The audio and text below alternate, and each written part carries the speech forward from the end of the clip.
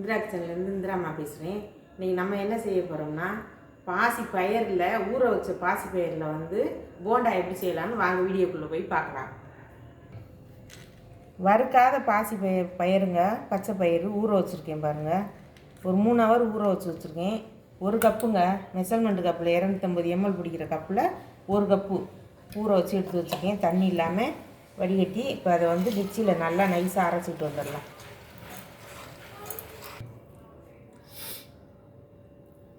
இந்த மாதிரி அரைச்சிக்கோங்க. ஏன்டா பச்சையாக அரைச்சி நினைக்காதீங்க, நான் தோலோட பச்சை பயிறு அப்படி தான் இருக்கும். இது ரொம்ப சத்தானது, பிள்ளைங்களுக்கு இந்த மாதிரி செஞ்சு கொடுங்க.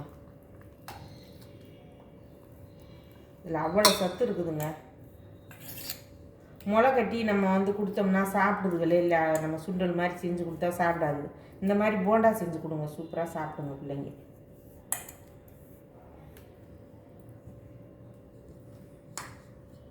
இதுக்கு அரைச்சாச்சு, கை கழுவிட்டு வந்துடுறேன். இப்போ பாசி பயிர் வந்து ஊற வச்சு அரைச்சி எடுத்துகிட்டு வந்துட்டாங்க. அதுக்கு வந்து ஒரு துண்டு இஞ்சிங்க பொடியாக நறுக்கி வச்சுருக்கேன். ஒரு 2 பச்சை மிளகா பொடியாக கட் பண்ணி வச்சுருக்கேன். ஒரு கொத்து கருவேப்பிலை பொடியாக கட் பண்ணி வச்சுருக்கிறேன், அதையும் சேர்த்துக்கலாம். கொத்தமல்லி தேவையான அளவுங்க, நம்ம எவ்வளோ தேவையோ போட்டுக்கலாம். இப்போ வெங்காயத்தை வந்து நல்லா அந்த மாதிரி பிசைஞ்சிருங்க. பல்லாரி வெங்காயம் ஒரு சின்ன வெங்காயத்தில் 2 கட் பண்ணி வச்சுருக்கேன், அதையும் சேர்த்துடலாம். அதில் ஸ்கூல் விட்டு வந்தோடனே பிள்ளைங்க எதிர்பார்க்கும்போது நம்ம இந்த மாதிரி செஞ்சு கொடுத்தோம்னா அதுங்களுக்கும் நல்லா இஷ்டமாக சாப்பிடுங்க.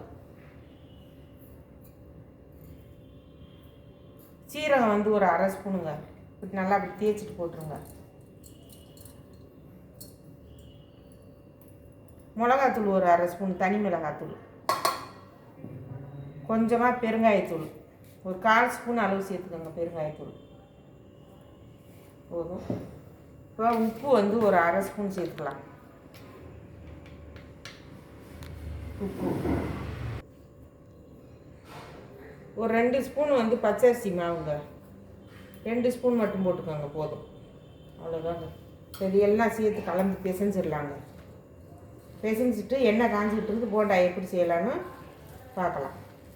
நாங்கள் எண்ணெய் காஞ்சிடுச்சுங்க. எண்ணெய் காஞ்சிடுச்சு, நான் மீடியமாக வச்சுக்கலாம். எண்ணெய் சட்டி வந்து இந்த மாதிரி கிள்ளி விட்டுருக்காங்க கொஞ்சம் கொஞ்சமாக. ஒரு 1/2 நெல்லிக்காய் சைஸு, உங்களுக்கு எப்படி விருப்பமோ பெருசாக வேணா பெருசாக போட்டுக்கோங்க. நான் சின்னதாக ஒரு 1/2 நெல்லிக்காய் சைஸு போடுறேன்.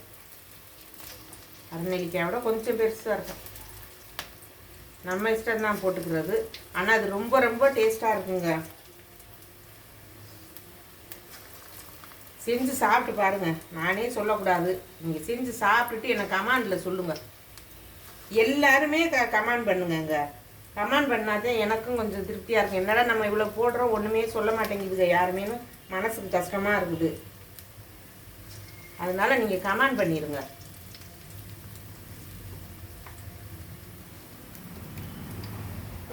வேகட்டும், எடுக்கும்போது காமிக்கிறேன். இப்போ பாருங்கள், நல்லா வெந்துருச்சு. எடுத்துடலாங்க. இதை எடுத்துட்டு இன்னொரு வாட்டி போடுறதையும் போடுறத காமிக்கிறேங்க. சூப்பராக இருக்குங்க.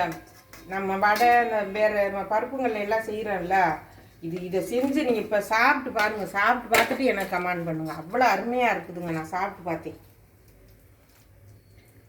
மாவு வந்து இந்த பக்குவத்தில் தான் வச்சுக்கணும். இந்த மாதிரி இலக்கமாக, கொஞ்சம் இலக்கமாகவே வச்சுக்கோங்க.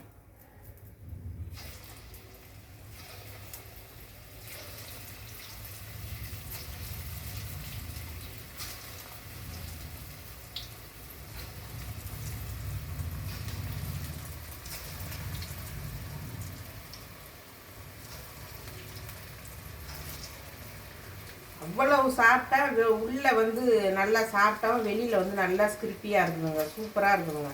செஞ்சு சாப்பிட்டு பாருங்கள்.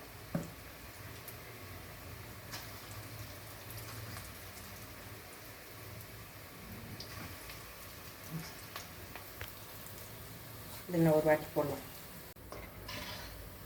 இதுவும் நல்லா பாருங்கள், நம்ம நுரையெல்லாம் கொஞ்சம் அடங்கிடுச்சு. இனி எடுத்துடலாங்க. நல்லா வெந்துருச்சு.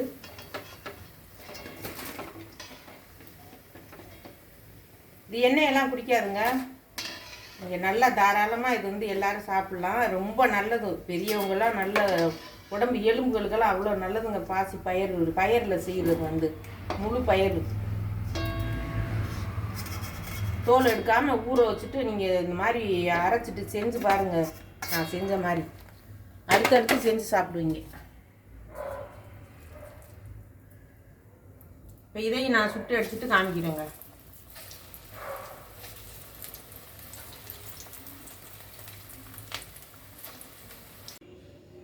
இப்போ பாருங்கள், பாசி பயிறு ஊற வச்ச பாசி பயிறு போண்டா சூப்பராக வந்துருக்குது பாருங்கள். அவ்வளவு வந்து மேலே வந்து நல்லா ஸ்கிரிப்பியாக நல்லா வந்து முறன்னு உள்ளே வந்து சாஃப்டாக இருக்குது. இதே அளவுகளோடு நீங்கள் செஞ்சு சாப்பிட்டு பார்த்துட்டு எனக்கு கமெண்ட் பண்ணுங்கள். இந்த வீடியோ பிடிச்சிருந்ததுன்னா லைக் பண்ணுங்கள், ஷேர் பண்ணுங்கள், சப்ஸ்கிரைப் பண்ணுங்கள், பெல் பட்டனை கிளிக் பண்ணுங்கள். எனக்கு சப்போர்ட் பண்ணுங்கள். நன்றி, வணக்கம்.